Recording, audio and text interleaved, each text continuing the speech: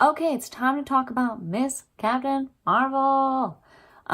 This is overdue, but I thought since so much time has passed since the movie has come out, uh, this video is kind of like a reaction to the reactions.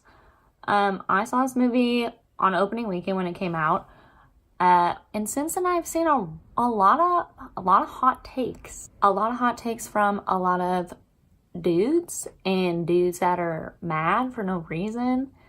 And just, I don't like, it's okay to talk about the movie and problems you have with the movie, but talking about all the auxiliary stuff around it, like how it's like a feminist movie, is so stupid and also unfair. Judge it how you would judge any other movie. That's all I'm saying. Okay, so I'm going to take a look at like the hottest takes that I've seen. These are personally ones that I've heard people say in mostly YouTube videos, reviews on it. And I'm just gonna, probably rebuke all of them. But then also at the end, I'm gonna talk about the stuff that I would personally criticize about the movie. Yeah, so let's get started. Also, a quick disclaimer, there are gonna be spoilers in this video because it's been out forever, so sorry. Okay, the first one I've seen is that Brie Larson brings nothing to the role. That is false, okay? That's false. I don't know what else to say. She's like a little charismatic. People like described her stoic sometimes. I didn't see that, but okay. Like, I don't know. They were like, and then every time she was like kind of charismatic or like kind of chummy or kind of like sarcastic, they compared her to Tony Stark, which like, I don't think that they were trying to do that even. So what is the point of comparing her to another character? That is stupid. And she did bring something to the role, and Brie Larson is a great actress. She's an Oscar-winning actress. So just don't do my girl Brie dirty like that. The second one I saw is that she is too powerful. A complaint I haven't heard about any other character. Like, the first thing I thought of when I thought of that was like, Captain America's power is that he can punch hard. That's his power, punch hard. And he's like fighting in the Battle of New York, fighting aliens that fly. But like, he can't fly. His power is punch hard. But they have him like up in the air doing all this stuff, like launching off of like, you know what I mean? Like, they have him doing stuff outside of his like defined powers. And nobody says that he's too powerful, even though his only power is punch hard. Okay? Nobody said that about Thor. Like, he's a god. And nobody had that complaint about that. So I don't understand, like, I get that saying that there's no tension in the movie is not the same thing as saying she's too powerful. Like, the tension in the movie is defined by, like, the tone and the actual plot and, like, what's happening between the characters. So if you have something to say about that, that's, like, a separate thing than she's just too powerful. The next thing is that I saw a tweet that says, nobody likes Brie Larson because Brie Larson's a feminist, and nobody likes feminists, not even feminists. And so then she's going to ruin the entire MCU. Okay, that's fine. There are a lot of, I don't know, male women beaters and abusers and people, and we just kind of ignore their personal life to enjoy the movie. And that's like actual people have committed actual crimes, like pedophilia. And we just are all like, there are people that are willing to say like, we'll separate the art from the artist, you know? Like, it's a good movie, so why should I just stop watching all Kevin Spacey movies? But you're not willing to watch a Brie Larson movie because she's a feminist? Like, even though that's not against the law? Like, you know what I mean? That's just a stupid take. That's a really stupid take. And also, everybody likes Brie Larson. So they're just like straight up wrong. The next thing I saw is that we really hope that there's not a Captain Marvel Ex Machina in Endgame and she just swoops in. She like saves the whole day. What do you think this is? Like, the Russo brothers started writing Infinity War and Endgame before Captain Marvel was written or shot. Like, that is stupid. Why would they do that? Why? Why would they do that? Why would they do that? I would be just as upset if there was a Scott Lang Ex Machina. Like, I don't want Ant-Man to save the day either. Can we just... Okay. Let's point out all the characters that we don't want to solve the problem. The next hot take is that, I watched this movie and I'm just waiting for the next movie. I didn't really care about this one. I just wanted to get to the next one. It's like, yeah, when the next movie is like the culmination of 10 years of shit, of watching movies, and the next movie after this one is like where all of that is supposed to end, and like we know that main characters are gonna die, and we know that it's gonna wrap up a whole, like all 3 phases that have been going on this long. Like, yeah, I'm gonna look forward to the next movie too. I didn't care about Ant-Man and the Wasp. Okay, I was looking forward to the next movie. But like, you can just say like it's a watchable movie and I can enjoy it, and like outside of the context, like when it comes on Netflix, I'll probably watch it again. The next hot take that I saw is that using I'm Just a Girl during the end fight scene is a Guardians of the Galaxy ripoff. So anytime a pop song is used in a movie now, it's gonna be a Guardians of the Galaxy ripoff? Like, they weren't the first movie to do that. They did it really well. I really enjoyed the pop songs in there. But like, I don't think that they were trying to rip off Guardians of the Galaxy. I think they just thought that it would probably be a cool idea. Now, whether you think that's a good idea or not, that's a great thing to talk about. That's a great personal opinion because it's about the movie. But also, saying it's on the nose is like, duh, you do. That, hello, that's the point. That's the point of it. It's supposed to be on the nose. I also just, how do you not like No Doubt? How do you not like it? I liked it. Whatever. If you don't like it, that's personal opinion. But saying it's a Guardians of the Galaxy ripoff is stupid. Another one that I saw is that Clark Greg's character does nothing, and without the context of the other movies, it would be useless. Like, his character would be useless and his actions wouldn't mean anything. There are other movies, though. Like, what is Iron Man 2 without the other movies? They're dumb. Like, would I watch Ant-Man if there was no other Marvel movies out? No, I would not. And I'm ripping on Ant-Man a lot here, but that's, like, obviously the worst one we all know. Okay, and the last and most dumb and most prevalent thing that I've seen is that this is a feminist movie. I literally can point out maybe one thing that was like a feminist message, if you want to call it that. Like, the scene is that this guy tells her to smile, and then she says nothing, and then he leaves, and then she steals his motorcycle. That's like a really strong feminist message, I guess. And it's so in your face. Everybody who had a problem with that scene has probably never been told to smile. It's so annoying, and I want to steal her motorcycle.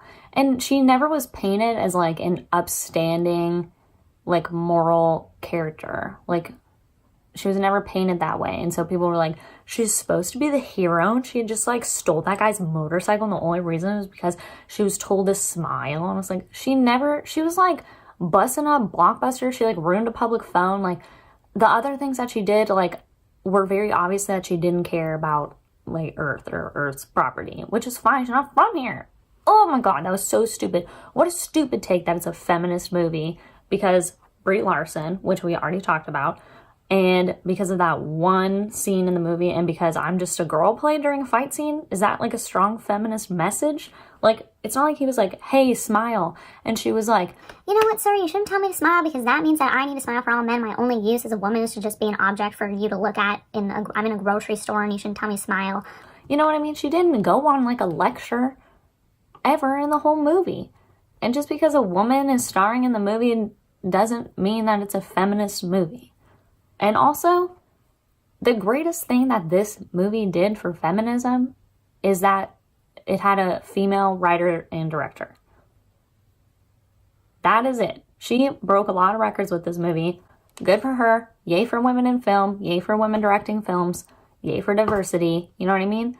But that's like the only thing that the movie does in the real world. In the real world, nobody cares if there is a, like, in the real world, nobody cares if there is a female superhero film. We're like, oh, that's cool. But nobody's like, wow, this is really advancing feminism.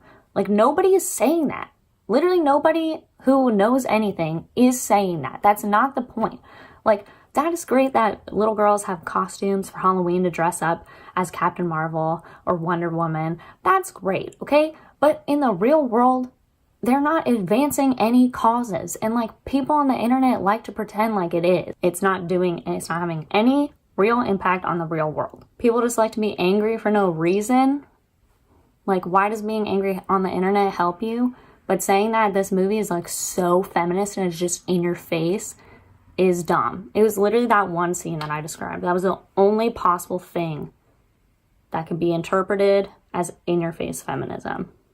And it wasn't that bad. She just stole a motorcycle. Is that a feminist message? I don't know. Now I'm going to talk about the things that were actually bad about the movie that nobody said. I like this movie. I think it's a rewatchable movie.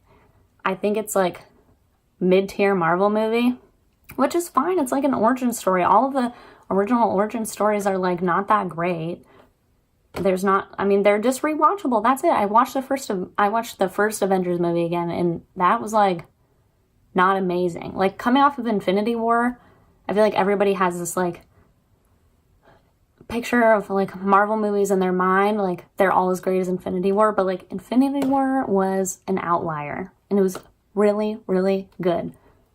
And not all of them are like that. If you go back and watch the first Avengers movie after you watch Infinity War, it's like you can see that there was a drastic difference. But some things had me literally laughing out loud during the theater, and these are things about the movie that nobody said anything about. Like, they spent all their time wasting their words on the stupid opinions and didn't say anything about these things. So, one is that the cat is an alien. Like, they were like backed into a corner and they didn't know what else to do. And then the cat like has tentacles pop out of its mouth in like the worst CG I've seen in my lifetime. They like spent all the CG budget on Sam Jackson's de-aging process, which is fine, but like, what? And that was dumb. That was stupid. It just looked stupid and it was stupid. The second thing that was dumb is that it's supposed to be, at the end, it's supposed to be like a powerful moment for like coming to her own and realizing her full potential and realizing like who she really is. And Jude Law's character keeps calling her Veers, and he's like, Veers, no, Veers. And she like turns around and she goes, my name is Carol. I literally laughed out loud. I could not stop laughing because like, I don't know, she might as well have said my name is Linda. My name is Karen. Like, could she have a more white lady name? Which isn't her fault, okay? Like, if any other character was like, my name is Tony, I'd be like, what? My name is Peter. Like, it would be dumb, and it would sound dumb, and so I don't know why they wrote that line of dialogue in, because it sounds stupid, and it doesn't sound, like, cool, or in any way. And then the last thing that I noticed that I busted out laughing at was that the Skrulls at the end, they're sitting down eating dinner with like Carol, Sam Jackson, and the friend. Oh, I forgot the friend's name. Whatever her name is. And the daughter. And they're all like sitting around the table. And the Skrull is wearing a sweatsuit. Like a gray sweatsuit. Like from Target. And he's drinking a beer. Ooh. Literally what? What was that? And nobody, like, it was like me and my friend laughing, nobody else was laughing, and it was like after the big fight scene, so you're supposed to feel like relieved, I guess. So I guess nobody really noticed, and other people I talked to said they didn't even notice that. But why is the Skrull drinking a beer? Why did they make that choice? What a dumb choice. What a dumb choice. That's all I have to say. I'm lost for words at how stupid that was. Anyway, So I did like the movie. And like I said, it's rewatchable. I don't think it was a feminist movie. The song choices don't bother me. I think that Brie Larson was charismatic in the role. I liked her as Captain Marvel. I think that the direction could have been better. The characterization could have been better on who she's supposed to be or who she wants to act like. And the story structure could have been better because we like kind of see her life before she realizes who she is. So we already like know. So, I mean, that could have been fit. That's like a structure problem. So it seems like the writing could have been better. And the direction could have been better. I don't know. But I'm going to rewatch the movie. I did like it. I'd give it like probably a 6 out of 10. So, but there's plenty of other Marvel movies that I would give that same score. It's not like the worst Marvel movie. It's not terrible. It's not like ruining the Marvel name. And Endgame, she's written by a different person. So I think that it was probably hard to write a character that was already written in another movie, but you're trying to add your own tone or message or layer to the character. Maybe you thought of the character one way and then the Russo brothers already wrote her, and so they had to be like, well, add this in or make sure she does this or she's this kind of character. So I do feel like she's gonna be different in Endgame, which is fine if she like fits in the movie. I don't really care. Like, and then it's also like 30 years later, so I don't really care if she's like different or inconsistent in Endgame. I want to see this movie again. I've only seen it once, and hopefully I get a more timely video up for Endgame. Hey, I did it. Who is leaf blowing at this time? Who is? It's about to rain.